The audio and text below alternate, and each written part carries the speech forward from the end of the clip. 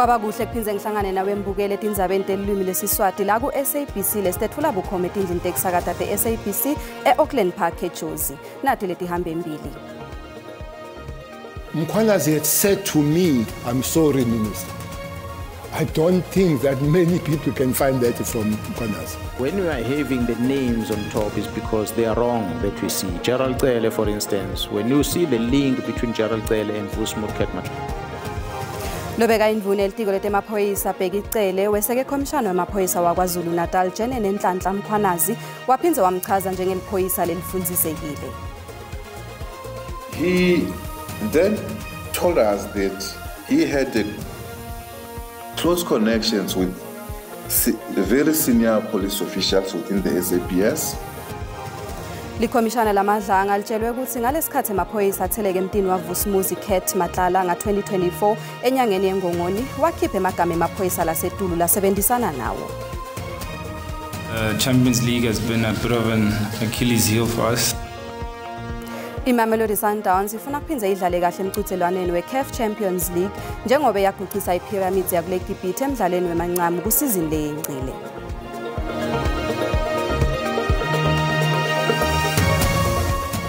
Lobeka indvune elitiko letemaphoyisa Bheki Cele weseke khomishana wemaphoyisa waKwaZulu Natal Jene Nenhlanhla Mkhwanazi waphindze wamchaza njengeliphoyisa lelifundzisekile. Cele uthi kucolisa kwaMkhwanazi kukhombisa kuba nesibinzi nekutisola kanti uphindze wathi sento salo khomishana bese liphutha. When we are having the name Mkhwanazi uhociseke ngalokhu semthethweni itinsolete yamanisa Cele kuhlomde netimalini kumswela kumholo licembu libugebengu uVusimuzi Matlalang. Lokhu ke kubeka ushintsha kwetintfo elidzabeni lebeselembathise lihle limnyama esikhatsini sacele njengendvuna yemaphoyisa. I've sat down with him. Mkhwanazi had said to me, "I'm sorry, Minister. I don't think that many people can find that from Mkhwanazi." Ekshiyeni kwakhe kulesikhundla Cele uvete ukuthi walenda lihlelo lolusemthethweni lokendlulisela tinsambo kusenzo mchunu. Cele utshelele ikomiti ukuthi bachitha ema-awara amabili anikete imininingwane legcwele ngetindzaba talelitiko. We sat down 2 hours, we discussed. 2 hours? Yeah. Only? Yeah. Actually, I was given an hour in the office. Wow. And then I was given an hour. And there was no engagement after that 1 hour, 2 hours in this 2 hours. The engagement that could have happened is when I've left the door and said, "Minister, my phone away because there are many other things that we might have to share." Unfortunately, that phone never came. Cele ubese uchubeka uchaza kabanti ngelihlelo le-PKTT. PKTT is part of it. Was a part of the long planning, a part of the stabilization. That you investigate, you arrest, but also work on the preventative measures, which is part of the stabilization. Lendvuna yaphambili ivete netinkinga tebuholi emaphoyiseni yathi letinkinga tivela kulabo labakhushulwe etikhundleni ngekhatsi kulombutho nalabo labacuke ngaphandle kungena kulombutho. Lolu dzaba luyachubeka. Likhomishana lamadlanga litshelwe ukuthi ngalesikhathi emaphoyisa atheleke emntini waVusimuzi Matlalang nga-2024 enyangeni yeNgongoni wakhipha emagama emaphoyisa lasetulu lasebenzisana nawo. Lafaka ikhathi ligama lendvune elitiko letemaphoyisa lesekhefini lesilikhethekile Senzo Mchunu. Fakazisi uthi usola ukuthi lena bekuyindlela yamadlanga yekwetfusa emaphoyisa labekaphikitha indlu yakhe. Umseshi lasebenela lithimba leliphenya ngekubulawa kwabasopolitiki longakadzalula ligama lakhe utshela likhomishana lamadlanga ukuthi somabhizinisi wasePitori Jerry Bushukha lokwabikwa ukuthi unyamalele kusolakala ukuthi wathunjwa wafihla endlini yaMatlalang. Utshela likhomishana ukuthi kunevideo leyafakelwa umndeni waBushukha kanti kule video kubonakala Bushukha aseceleni wemfanekiso lowatfola endlini yaMatlalang ngesikhathi emaphoyisa aphenya. Emaphoyisa atfola netibhamu letingakabhaliswa lokwabikwa ukuthi tenkampani yaMatlalang iCat VIP. Bushukha kwabikwa ukuthi unyamalele kusukela nyakeni ngelwetimi. There was a white sheet that was very distinctive because it had torn edges and sides, and it was manually tied to the window as a curtain. And that white sheet, it is distinctive because when one of the videos for the ransom that was sent to the family of Jerry Bushukha, we could say that the sheet resembles the same as that on the video. Lo msesho simahlala bekachasifuba athi watana nebantfu labasedule embuthweni emaphoyisa. Ngokusho kwalo mseshi mahlala waveta ukuthi unebudlelwano lobuqinile nelisekela lekhomishana emaphoyisa lelimisiwe emsebenzini Shadrack Sibiya. Inhloko yebunhloli General Firoz Khan, inhloko yemaphoyisa lilwa nebugebengu lobuhleliwe General Richard Shibiri, nemphathi wamahawks KwaZulu-Natal General Lesitsha Sinonam. He then told us that he had close connections with very senior police officials within the SAPS. Umniningwane lo watfola licingweni lasomabhizinisi waseNorthwest Brown Mokhotsi ukhomba ukuthi kwangathi Mokhotsi nguye bekaxhumanisa mahlala nendvuna yetemaphoyisa lesekhefini elikhethekile seNzomchunu. Now we do know through our cell phone investigations into the downloads or mirroring of the cell phones of Mr. Vusimusi Matlala, that the person, the third party, is a person known as Mr. Brown Mokhotsi. Ngiyaqhubeka kuhlala kwaleli commissioner. 1 o'clock. Perhaps this might be. Sitawukhokha ngemsombuluko evikini lelitako sinqumo sebhayili selisekela lathishela Nhloko loneminyaka lenge-52 losolwa ngekuthumba nekuphoqa emanfombatanyana ukuthi athengise umtimba. Inkantolo yamanje East London itshelwe ukuthi umbekwa Vuyokazi Gana angenyusa imali yakhe ebhayili kusuka ku-5,000 wemarandi kuya ku-20,000 wemarandi uma nje angathoyili ibhayili. Umbuso uyasichasa esisicelo sebhayili ngenxa yobuzaza betyala ajongene nalo lokaGana.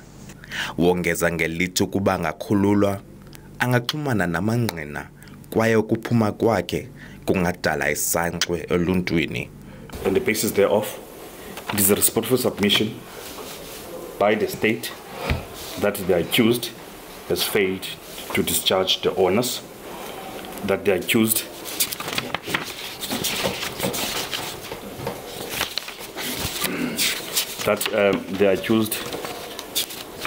has failed to discharge honors to prove exceptional circumstances that are present in the application, more so that justify in the interest of justice that release on bail is justified. It is accordingly requested that the application for bail must be dismissed in these circumstances. Yena umtyhola kwelakhe icala uthi impilo yakhe ingadodobala ukuba uyaqhubekeka kuhlala eluvalelweni kwaye unabantwana ekufuneka bakhathalele. We state this in our affidavit and we rely on it to convince the court that the accused is not a flight risk. However, there is no evidence nor has there been any indication from the state that there is such a fear that the applicant would be a flight risk. Elityala litsale umdla kuluntu kwaye inkundla kulindeleke ime ngembambo xa kuwiswa isigwebo ngomvulo. Abongile Yankees kwiindaba ze-SABC eMonti. Kuletinye ke uMasibiya Titolo. Umsolwa wekuqala Moses Sibiya bephinzilitwa ngemibuto enkantolo lephakeme ePitoli ecaleni lekubulawa kwaSenzo Meyiwa.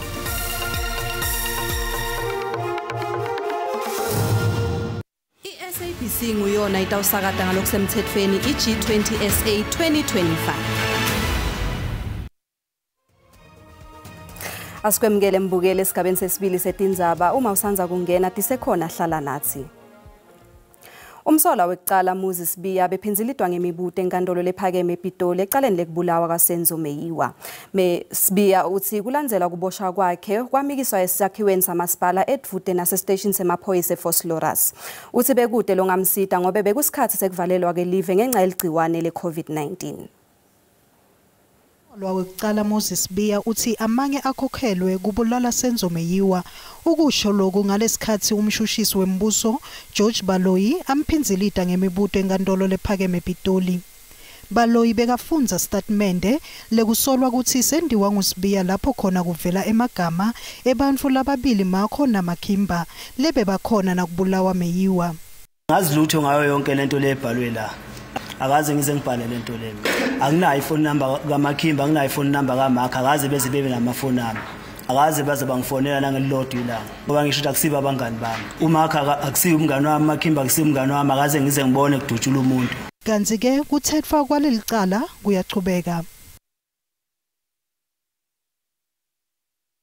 Selibekele kuqala evikini lelitako licala la Rasinkune longumbeka kuqala ekuthunjeni nasekubulaweni kwaHillary Gadi. Sithumbu sakhe satholakala sinelinceba lekudutshulwa ngenhla nemtimba emahlathini aseSabi ngemva kwekulahleka emalangana ngeminyaka wa-2020. Gadi beka indvodzakati elisekela lamengameli we-EFF Godrich Gadi. Umbekwaqala Rasinkune uvele kafishane inkantolo lephakeme eMpumalanga. Lelicala lihlehlisiwe kude ngone atotfola ummeli lomusha kanti lokhu kuta ngemva kwekuthi aqoshe ummeli wakhe ngalwesibili uthi ke kunekungavani emkhathini wabo. And I order that it be postponed to 28 October 2025 for Legal Aid South Africa, the manager, Ms. Mavis Moloi, to appear and explain to the court the processes that have to be followed in order to appoint a judicare practitioner and how speedily it can be done so that at least we can hold on to the remaining number of days. If we can start, we should start. Lijaji Lindiwe Vugeya uhlehlisele lelicala kulwesibili evikini lelitako. Mengameli wenyonyana ye-rugby kuleli Mark Alexander uthi labafundi labathinzekako kulesihlava sebudlova abakawemkeleki ukuthi badlale i-rugby njengoba ingumdlalo loticapha ngenhlonipho nekwethembeka. Isaru beyiphawula ngesigameko lesendeke esikolweni semabanga laseTulu iMelnaten lapho lomunye webasola wamela live emdlalweni we-rugby wetikolwa. Bafundi labasiphohlongo bathwese emacala ekushaya ngenhloso yokulimata. There's no place in society and would never be tolerated in the rugby environment. It is unfortunate and unfair that a schoolyard incident has been linked to our sport. But we take this opportunity to underline rugby's values.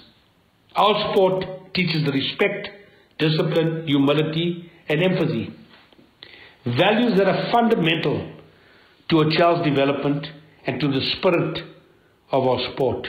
I need to advise that this is a Department of Education issue, and however, as Western Province, and because we have players that's there, they play within our system, Milnerton is a very important feeder school for our system.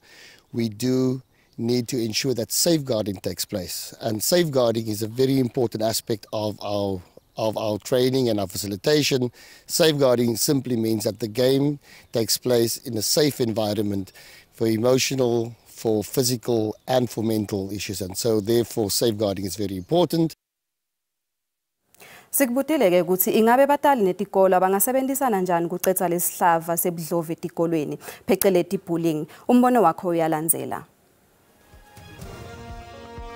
Ngiyacabanga ukuthi lapha kuyomele umzali ekhaya aqale aqeqeshe ingane yakhe ayifundise inhlonipho njalo njalo ngoba ingane enebullying uyakhona ukuyibona nje umzali zama ukuthi uyikhuze wena ukuze maye esikoleni yakho ezinye izingane ifike mhlambe iphathe kahle kahle kumntwana kusukela ekhaya athi kahle ukuthi uma aze aphumele igede aya esikoleni uya esikoleni ukuthi ayofunza asidlala indima yethu ukulandelela ukuthi ingane njengoba esikoleni nje igqoke kanjani iphethini esikhwameni iphatha kanjani mase ifika esikoleni iyawenza nomsebenzi wesikole silandelele nje ukuthi sigqugquzele ukuthi iphathe kahle bayona ngabuyisa iswazi bathi abenza ibullying bohlwaye necinga bayi ngehla le bullying abantwana benza nje unothanda esikoleni ngoba abasabethu sekuthi into lengayilungisa lenkinga le yebullying bantwana baba nemalungelo kakhulu samosha government. That's why vele etikoleni manje bantwana sebayela kuyolwa basayeli kuyofunda. Ubhlungu kakhulu indaba yebullying because some of the kids bagcina bethatha impilo yabo, so ngiyacabanga ukuthi kwamele kuthathwe umthetho ohashli kakhulu kulento yabantwana bebullying because some of the kids they end up losing their lives. So Lona ngumbono wembukeli iSABC etethweswa kutiphendulela ngawo. Mengameli Cyril Ramaphosa uphothulele uhambo lwakhe lwaseVietnam lapho omabili lamava avumelene khona ngekusebenzisana ikakhulukade emkhakheni wetekuthengiselana kunonophisa tebuchwepheshe kanye netekubusa. Ramaphosa nyalo ke ulibangise eMalaysia lapho ahambela khona ingcungcuthela yeAsian nalabanye baholi.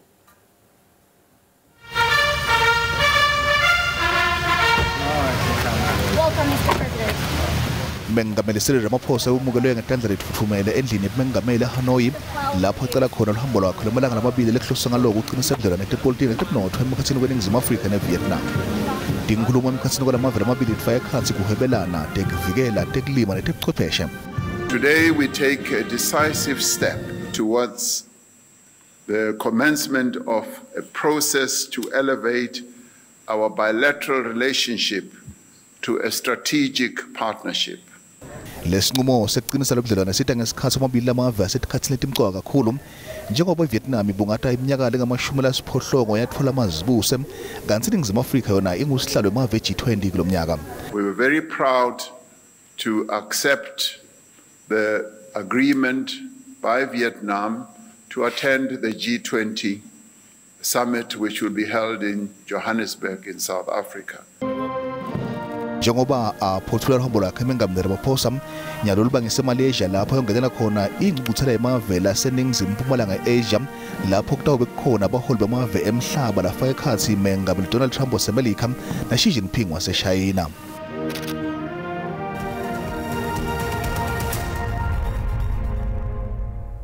Nasivakashele timakethe tetimali sitfola ukuthi lirandi linyukile nalicathaniswa netimali takulamanye emave.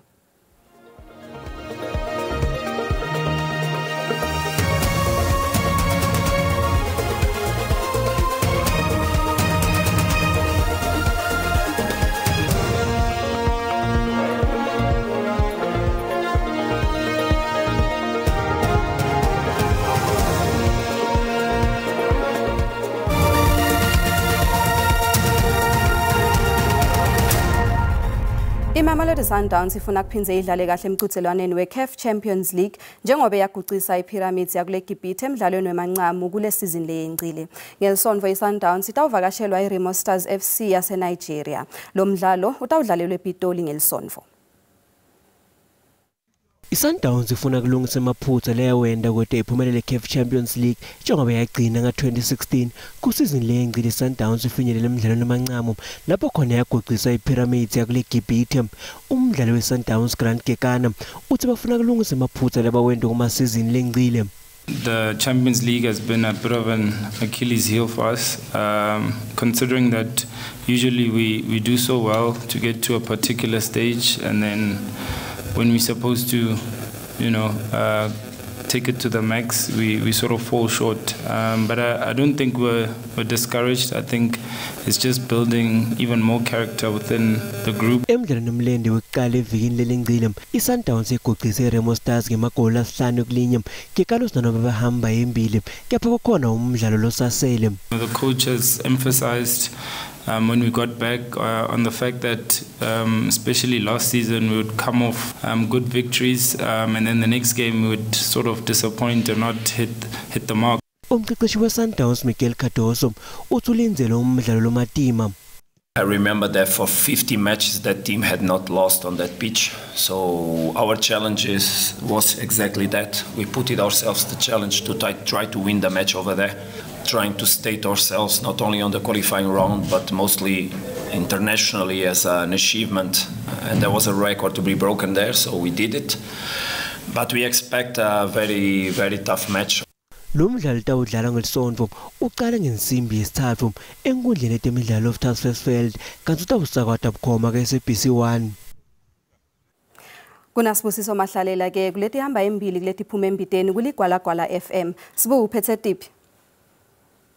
Lindelwa siyavusela kumbukelo tindzaba teswati ekhaya ku-SABC 1 nathi ke lesiphethe sekulihlelo namuhla ntsambama njengoba tinyunyana tebothishela kulelive tiyakwemukela lokusekela kwechaswa kwececesho kobothishela bebafundzi basetingulisa kulelive leNingizimu Afrika. Sinenhlangano yobothishela inathi ukuthi ke sitawuva kabanti nganalolu hlelo kuloko lihlelo liphuma embiteni namuhla. Ngetolo kwaloko inhlangano ye-EFF kulesifundza sempumalanga ikhala ikubambela kwelicala lekubulawa Hillary Gadi kulesifundza sempumalanga njengoba ke umsolwana leke licala Solomon ke ummeli. Sinayo lenhlangano kuloko lihlelo namhlanje sambama ngesimbi yesithupha kusemade bensimbi yesikhombisa kulihlelo letiphuma embiteni. Mbela sonvele hle mbukele ekhaya siyabonga Thimba egoli.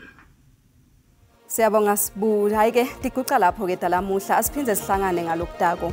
Dikhona tesizulu uma kubumbana insimbi yesikhombisa nesimo selitulu sikhona ngemva kwetitolo. Impela sonto lenhlengwane.